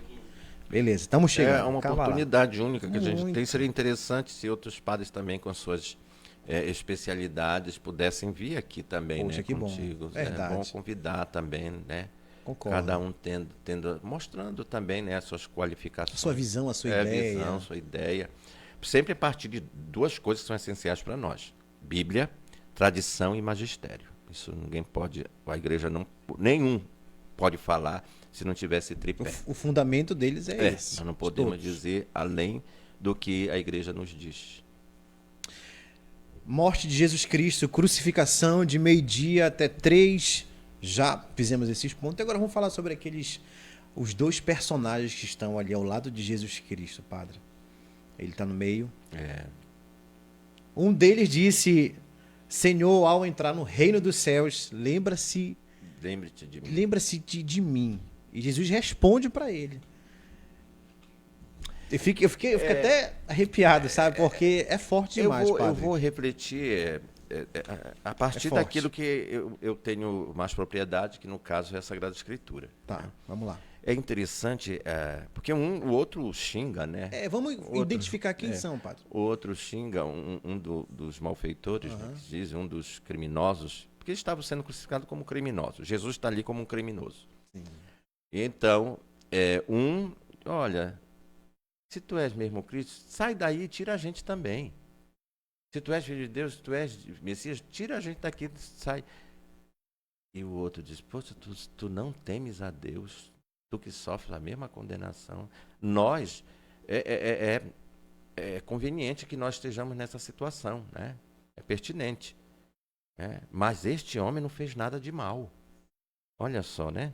Ele sabia que Jesus não tinha feito nada de mal, só estava sendo acusado de termos ou de... Como eu posso dizer? Ele estava sendo acusado por ter dito alguma coisa, né? Por exemplo, disse alguma coisa que ele disse quando ele diz para as autoridades judaicas: eu sou o filho de Deus, eu vim de Deus, eu vim da parte de Deus. Eles não aceitam. Então depois vão fazer todo um processo de religioso, passa a ser civil, político, né? Porque envolve Roma também. Bem, agora uma coisa interessante que Lucas, só em Lucas que a gente encontra isso. Lucas, só Evangelho de Lucas. Só no Lucas. Olha o que Jesus diz. Ele usa um advérbio, Edson, um advérbio. Hoje mesmo estarás comigo no paraíso. Hoje. Advérbio temporal. Hoje. Esse hoje é importante, porque é o advérbio muito comum em Lucas. Como a hora, a minha hora, em João, o hoje é característico de Lucas. Onde é que a gente encontra um outro hoje? Lá nos pastores de Belém, quando Jesus nasce. Hoje nasceu para vocês o Salvador. Qual é o outro hoje que a gente encontra? Em Zaqueu. Também só é de Lucas. Zaqueu, está em cima, né? Desce, Zaqueu, porque hoje eu devo estar na tua casa. Esse hoje significa a salvação de Deus, ela nunca está no passado. Ela é sempre presente. É para hoje, é para agora. Entendi. Então, quando Jesus diz, hoje estarás comigo no paraíso, Jesus diz, a tua salvação é hoje, é agora. Vou realizar agora. Naquele momento ali da crucificação, tem um personagem também que me chama muito a atenção, que é um dos guardas. Opa, que bom. Eu ia tocar nisso, mas eu gostei de ter trazido isso à tona. Lembrei. Que eu tenho uma interpretação para isso também. Vamos chegar lá. Um dos guardas, que está lá embaixo. Um centurião. Um centurião, né? Produção, me corrija, tá? O padre tá aqui para me corrigir também. Um dos guardas é o que fere um dos lados ali, uma das costelas do lado de Jesus Cristo. Aquele personagem, quero que o senhor fale um pouco pra gente sobre aquele personagem. E ele faz aquilo... Ele faz para se certificar se ele de fato, se tiver vida, vai sair, porque ele perfurou o pulmão. Sim. Imagina, o pulmão dele já estava, né, bem sacrificado, porque ele ficou de braços abertos, exposto. E o pulmão, então, se dilatou. Certo. Né? E o homem tenta, porque se ele ferisse o pulmão, ele vai morrer. Se não tiver morto, vai morrer agora. Mas Jesus já estava morto. Né? E sai o sangue e água. Agora, uma coisa interessante que Marcos guarda desse momento, que também tem um soldado que olha e diz assim. O texto mais ou menos assim. O soldado, o centurião, vendo que ele tinha morrido desse modo, disse, verdadeiramente ele era filho de Deus. Desse modo. Desse modo. Que modo foi esse, se esse soldado, com certeza viu muitos crucificados ali? Não desse modo. Não morreu, o único que morreu daquele modo. Que modo foi esse que Jesus morreu, Edson? Porque todo mundo morre de um modo, a vida deixa de existir. Entendi. Agora, desse modo, muitos já tinham sido crucificados. Mas ele nunca tinha visto alguém daquele modo. O que se poderia dizer desse modo? O que é que tu me diria? Pergunta difícil essa. A gente tá aqui para aprender. Calma lá. Então, preste atenção. O modo que Jesus morreu, não chorou, não resmungou. Agora, o que ele viu ali? Um homem que morreu cheio de confiança. Cheio de confiança. Inclusive, o brado que Jesus diz na cruz, ele grita, né? Pai, nas tuas mãos entrego o meu espírito, ou como diz o João, tudo está consumado. Né? Teteleitai. Em grego, teteletai. Teteletai tem vários sentidos de teteletai, né, para o grego. Mas o de Jesus é tudo, todas as interpretações que se pode dar. Eu completei, teteletai quer dizer, está completo, tudo está completo. Completei tudo. Se estava faltando alguma coisa, não está faltando mais. O teteletai quer dizer isso. Tudo está consumado, quer dizer, não tem mais nada, tudo está completo, não tem nada o que fazer mais. Está completo. A obra foi consumada, a obra foi feita. Coisa linda isso. A obra foi feita. Pai, nas tuas mãos entrego o meu espírito. O outro termo que se dá para esse grito de Jesus, ou aquele Eloi, Eloi, lama sabachthani, meu Deus, por que me abandonaste? Que é um salmo, o Salmo 22, que Jesus reza na cruz. Esse brado, os biblistas, o estudo da Bíblia diz, o termo é boal, é um grito chamado boal. O que é o boal? É um grito que alguém lança ao interlocutor que ele sabe que virá em socorro dele. Então Jesus morreu com muita confiança de que ele não ficaria morto, porque ele confiava no Pai. Então ele tinha confiança de que a vida dele seria retomada. Então esse modo que Jesus morreu encantou. Uma dessas perguntas que eu tinha preparado aqui é: qual a relação entre a ressurreição de Jesus e a promessa da vida eterna? Como é? Qual a relação entre a ressurreição de Jesus e a promessa da vida eterna? Sim, é porque Jesus possibilita para nós a vida eterna. Ele é o caminho, a verdade e a vida. Ninguém vai ao Pai que mora nos céus se não for por Ele. Ele agora é a via. Ele é a possibilidade para nós de vida eterna. Por isso, crer em Jesus é a nossa possibilidade de eternidade. E fazer o que Ele fez é a possibilidade da gente também alcançar, como Ele, o agrado do Pai. Mais uma pergunta. Tem pergunta aí, produção? Eu tô lendo aqui o que prepararam para mim aqui.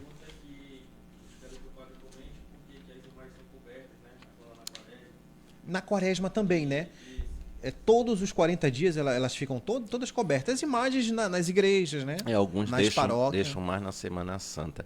Na verdade, essa prática é uma prática pré-conciliar, né? A igreja não aboliu, entendi, mas ela não orienta. Mas eu até estranho muito, porque estamos recuperando, aí o Papa Francisco tem batido muito nisso, né? Recuperando coisas do passado, tirando do baú, né? Certas roupagens, né? Que a igreja já tinha deixado viver, como se isso fosse nos tornar mais santos, né? Nos tornar mais santos do que a proposta do próprio Evangelho nos pede e a liturgia da igreja nos faz. A própria liturgia, eu não preciso me enfeitar para celebrar a Eucaristia. A Eucaristia em si celebrada, ela já contém tudo que nós precisamos para viver bem a nossa vida, a nossa fé. Respeito quem faz, né? Mas é uma prática que já havia sido abolida, né? É pré-conciliar, é antes do Concílio Vaticano II. Depois do Concílio não havia mais... A Igreja não proibiu, mas ela aboliu isso da prática litúrgica. Entendeu? Tá aqui. Interessante essa pergunta aqui. Como a cruz... Há um saudosismo hoje muito grande dentro da igreja. Entendi. Um saudosismo. Não sei por que não acreditar no daqui para frente. Por que tem que ser daqui para trás? Por que não pode ser para frente? Entendi. A igreja ela tem que avançar. A igreja tem que ir para frente, né? Isso não significa romper com tudo. Mas também tem certas coisas que eu acho que não faz mais sentido. Não tem sentido. Né? Deixa eu aqui partir para essa pergunta bem aqui. Como a cruz, símbolo de sofrimento, se transforma em símbolo de redenção para os cristãos? Muito interessante, né? A cruz em si, para o Império Romano, era uma sentença de morte para os revoltados. Entendi. Todos naquele momento, todos naquele período, padre, todos eram crucificados. Não era sempre a crucificação. Não era sempre, né? Mas para os insidiosos, para aqueles que se colocavam contra o império, eles crucificavam. Geralmente numa altura que se diz, a gente está acostumado a ver a cruz de Jesus mais alta, mas não era tão alto assim. Era para que os passantes pudessem enxergar na altura dos olhos, dizer, se vocês não se aquietarem, vocês vão morrer do mesmo modo. Agora, veja bem, quando a gente inflige uma lei, nós nos tornamos criminosos. Não é isso? Você infligir uma lei é crime. Para nós, infligir uma lei de Deus é pecado. Né? O pecado e crime, né? A sociedade civil usa o termo crime. A igreja, para uma falta contra uma lei, é pecado. Entendeu? Interessante. São termos, mas, na verdade, o pecado acaba sendo um crime. Sim. É claro que a sociedade civil, no Código Civil, nós não vamos encontrar, ou no Código Penal, nós não vamos encontrar a palavra pecado, vai ser crime. Então, nós também estávamos como criminosos. Jesus assume a condição de criminoso, porque nós tínhamos uma dívida a pagar e nós não tínhamos condições de pagar. Nós não estávamos pagando a dívida original, o pecado original. Nós tínhamos uma dívida, nós não tínhamos como pagar. Então, Jesus se coloca como um criminoso, assumindo a nossa condição de criminosos. Aí o sentido da cruz. Então ele vai pagar ali na cruz, para o Império Romano, ele está matando um insidioso. Mas para nós, Deus está realizando a nossa reconciliação com ele. E Jesus amou até o ponto de se igualar à condição de um criminoso, embora ele não tenha tido crime nenhum. São Paulo diz assim, embora não tendo pecado, Deus o fez pecado por causa de nós. Ele assume a nossa condição até a mais cruel, que é a morte. Que a gente não transpõe. E Deus transpôs, dizendo, agora ele pagou o preço. Vocês não são mais criminosos. Ele assumiu o lugar de vocês como criminoso. Entendi. Ele assumiu a nossa condição de criminoso e saldou a dívida. E aí, essa dívida já foi paga. Eu queria que você fizesse o resumo para a gente, padre. Como é que foi aquele processo ali de julgamento, o julgamento de Jesus Cristo ali? Ele foi julgado. Assim, pela sua experiência que você tem, explica pra gente quais foram ali aquele momento de julgamento, que eu vi que Jesus é colocado de frente pro povo, né? Ele é exposto, Ele né? é exposto, né? Exposto, Como é que é feito aquele processo de julgamento ali, né? Ele passou por um tribunal. Sim. Primeiro, tribunal. Tanto o tribunal religioso, que foi o tribunal das autoridades judaicas, que eram autoridades não só políticas, mas eram autoridades religiosas, né? Então, estavam todas ligadas ao templo. Então, Jesus ele é julgado no tribunal religioso, e depois, como eles não tinham, a lei não prescrevia que eles matassem, né? Eles não podiam matar. Então, o que é que eles fazem? Eles transformam o que é religioso em um processo civil e joga, então, para Pilatos. Para que Pilatos sentencie a morte, e não eles. E é daquele momento ali que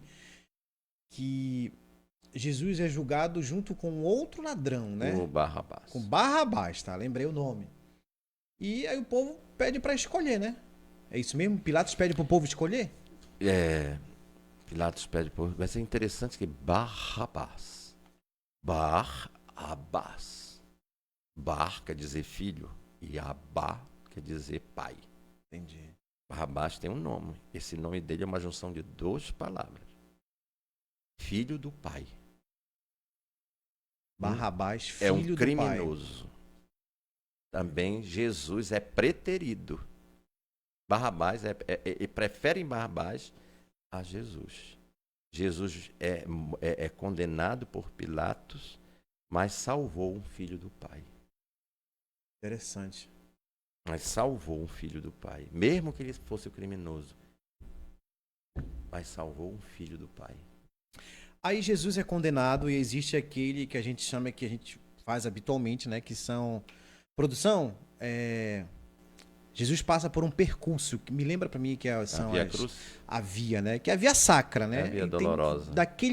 Tem vários momentos. Jesus cai pela primeira, pela segunda vez, enfim. Fala um pouco sobre esse momento ali da via sacra pra gente, padre. A via sacra a gente recorda os passos de Jesus, né? Antes da crucificação. Antes da crucificação. Ele vai levando a cruz até o Calvário, até certo. O Gólgota, né? Então, depois da flagelação, a coluna, né? Ele colocado a cruz para ele carregar. Imagina, um corpo já bem batido, vai ter que carregar. Tanto que os relatos evangélicos conservam a caridade do Cirineu, né? E está lá, e Jesus cai, não consegue mais carregar a cruz, e colocam ele para carregar até o Calvário. Né? Tem uma outra pessoa que carrega a cruz, que é o Cirineu. Jesus já não tinha mais até o Calvário. Jesus já não tinha. Geralmente a cruz não era toda, a arte já ficava lá, né? Sim. A vertical. A horizontal é que que é nas costas. Que o condenado carregava. Era só a arte horizontal, que era amarrada ou pregada no corpo do condenado. E um daqueles momentos que eu lembre também é que Jesus cai por um momento e uma das mulheres, acho que creio que seja Maria ou Madalena, não me recordo exatamente, que enxuga. Nós não temos um relato bíblico para isso. Nós temos a tradição da igreja conservou isso, né? Que relacionam com o sudário, mas o sudário é aquele que está lá em Turim, é o sudário do corpo de Jesus, porque ficou o sangue, né? Então ele tingiu o pano, ficou a marca, né? Até hoje a ciência não consegue dizer que aquilo cientificamente é provado. Não, já fizeram muitos estudos, né, testes com pano e não consegue. É algo de miraculoso. E um desses momentos até o Calvário, existe um encontro, né, padre? Tem um momento de encontro, nesse momento... Ele encontra com a mãe. Encontro com a mãe. Com as filhas de Jerusalém também, né, com as mulheres de Jerusalém. E dentro, eu acredito que seja na sexta-feira de manhã? A procissão do encontro, procissão né? do encontro. Que algumas igrejas fazem, outras não. Algumas fazem a via sacra, outras fazem a procissão do encontro, que é justamente o encontro da mulher, da Maria Lacrimosa, né, com o seu filho padecente. Então é um momento muito bonito. A gente fazia aqui em São Francisco, né? Fazíamos aqui em Coraci as duas paróquias, quando existiam só duas. Então era um momento muito significativo. Muito bonito. O povo gostava muito, porque o povo se identifica.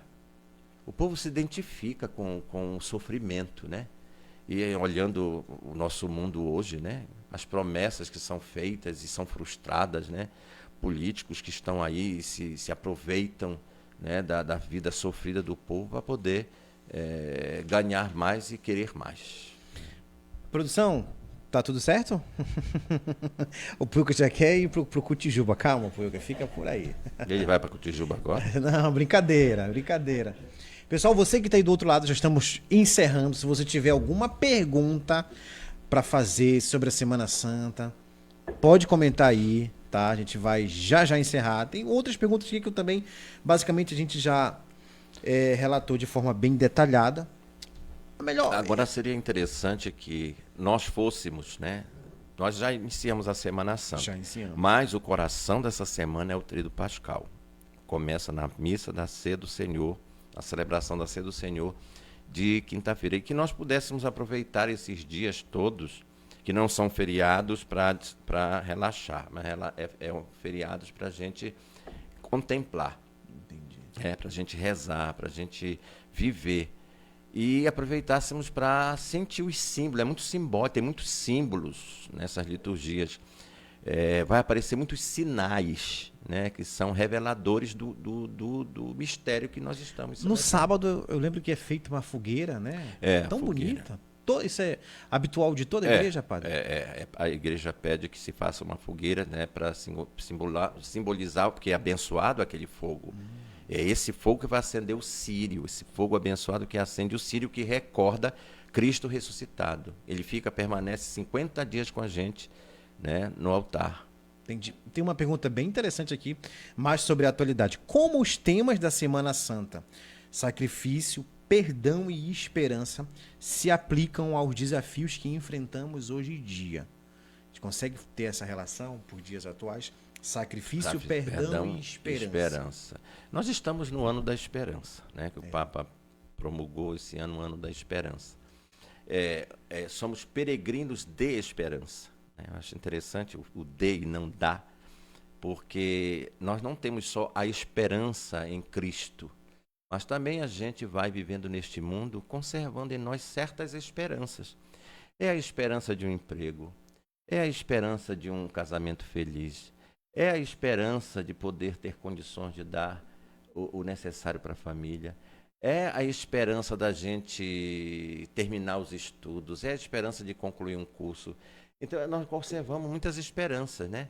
A esperança de que os filhos se desenvolvam, cresçam e levem suas vidas. É muitas esperanças. Muitas. Agora, a esperança que eu diria a esperança final, que é a esperança escatológica, essa que a gente aguarda Jesus Cristo chegar e nos abrir, de fato, de forma plena, o seu reino. Eu lembro que é nesse período também de Quaresma e de Semana Santa que uma boa parte das igrejas, padre, fazem mutirão de confissões. Sim, já. Tem um significado também, Sim. né, padre? A confissão é uma forma que a igreja tem como um sacramento instituído por Jesus para que a gente faça a reconciliação entre a pessoa e Deus.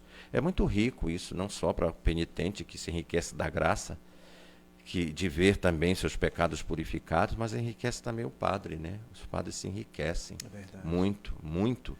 Se enriquece porque a gente é uma escola de vida. A gente se abre para uma escola de vida porque a gente vai também se convertendo junto com essas pessoas que vêm. A gente escuta histórias muito bonitas. Tem duas conversões na nossa vida. Eu citei isso numa palestra que eu dei no último domingo, sem ser desse de Ramos. São duas conversões. A primeira é a do batismo, das águas. Certo. A gente se converte, porque a gente passa de um estado de vida para outro. É uma nova natureza. E a outra é a conversão das lágrimas, que é o nosso sofrimento pelo pecado cometido, que dramatiza as consciências, que deixa a consciência pesada diante de uma falta que foi em relação à sua fé. E aí as pessoas vêm, muitas até choram mesmo, né? Com tamanha dor que o pecado causa na vida das pessoas. E saem felizes, porque o padre é o reconciliador, ele é o instrumento, ele não é o reconciliador. O padre é o instrumento da reconciliação de Deus. Aquele momento da confissão é um momento em que é o momento que a pessoa tem basicamente para desabafar, para tirar daquilo de dentro que está apertado. Né? Não, mas também ela podia fazer isso num psicólogo, mas é muito mais do que isso. É muito mais. É uma reconciliação da alma humana, do ser humano com o seu Criador, com o seu Redentor. Isso é bonito. É a pacificação do coração cristão com o seu Salvador, o seu Redentor. E é importante lembrar, né, que a confissão ela não é exatamente específica só para quando a pessoa vai casar, só para quando vai fazer a primeira comunhão, não, né, Não. padre? A qualquer momento da vida humana, alguém É, pode se desde confessar, que né, foi padre? batizado. A partir do momento do É, batismo. porque o batismo é que não só nos credencia como cristão, mas ele abre a porta da gente para os demais sacramentos da igreja. Entendi. Produção, mais alguma pergunta aí? Não? Podemos encerrar? Tá tão legal a conversa. Padre, como é que tá a agenda da Semana Santa aí? Eu estou ajudando o cônego Silvio, né, lá no Tenoné, na paróquia Santa Teresinha do Menino Jesus. O Silvio não tá mais no Santuário de Fátima, não? O cônego está aqui no Tenoné. Augusto Montenegro. Lá para dentro, Tenoné. Aqui na Augusto Montenegro tem uma comunidade. Tem as comunidades da paróquia dele aqui, tanto num lado como no outro da Augusto E lá Montenegro. é Perpétuo Socorro também, lá dentro? O Perpétuo Socorro é aqui fora. Ah, O Perpétuo Socorro é a comunidade de Santa Teresinha. Então, mas ele vai fazer celebrações e eu vou ficar celebrando aqui na Augusto Montenegro, na paróquia, na comunidade de Perpétuo Socorro, com exceção da sexta-feira, que será lá, na igreja matriz dele. Né? Que a gente vai para lá, o povo vai para lá para poder celebrar. Entendi. Deixa eu ver aqui. Vamos ver rapidinho antes de encerrar. Deixa eu botar aqui pra gente mandar. Fala questão de mandar esses. Nelson Freire, muito obrigado, Nelson Freitas. Neide Brandão, quem tá por aqui também Patrícia Gonçalves, Belém Maia, Kellen Galúcio, enfim, grande hora. Josué Vitorino também. Não, o Juca. Josué Vitório Feitosa. Terezinha Araújo. Tá? Muito obrigado pela presença de todos vocês que estão no Portal Icoraci, Vila Sorriso. Podemos ir embora, produção? Nossa gratidão a todos os que nos ouviram, participaram, né? Acompanharam. Tem mensagem aqui? Vamos ver aqui, peraí. Uma Semana Santa abençoada. Abençoada, vamos ver. Olha, essa pergunta o Rodrigo mandou pra gente, acredito que já respondeu. Qual o significado da fogueira na Vigília Pascal? O padre já respondeu. Deixa eu ver aqui também.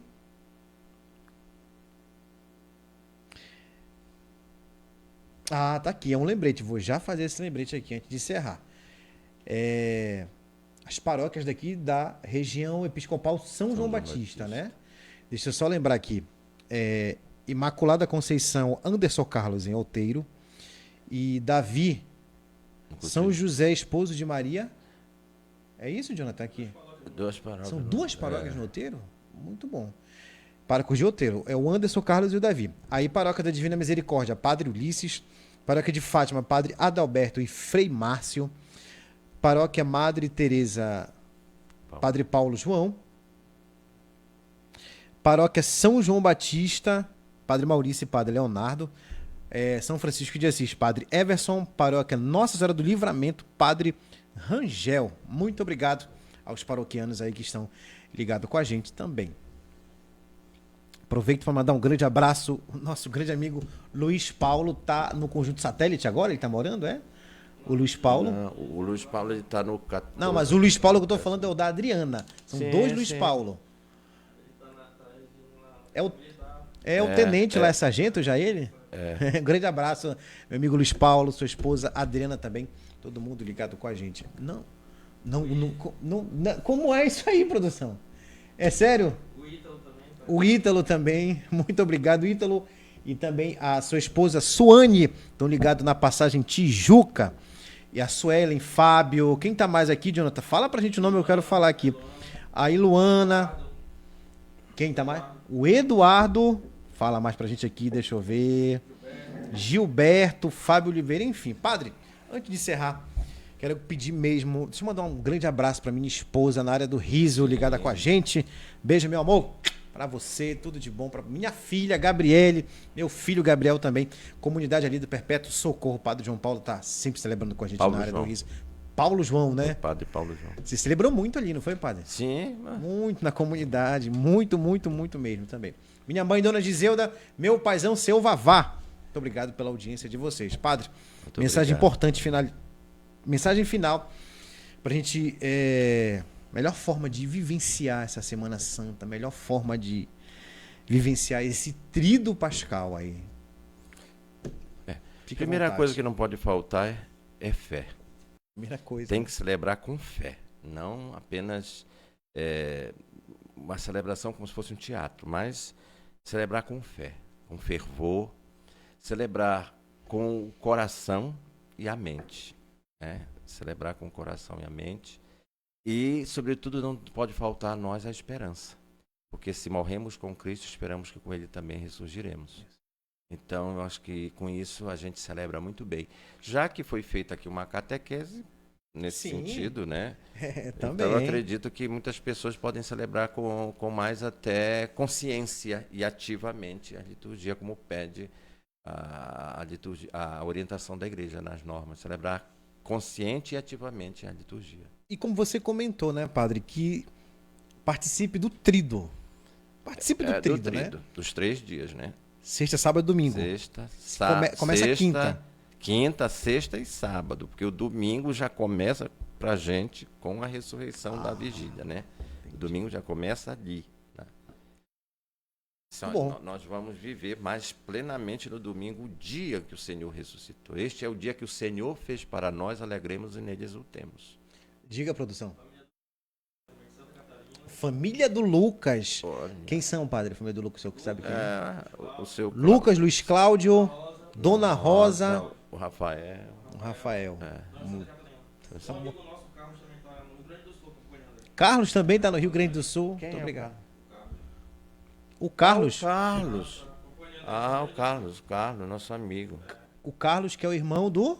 Não, Não, é assembleiano. da Assembleia de Deus, ele acompanha. Ah, pensei que era o Carlos aqui, que era coloínha. Ah, tá bom. Jonathan, obrigado pela sua presença aqui, nosso grande conselheiro tutelar.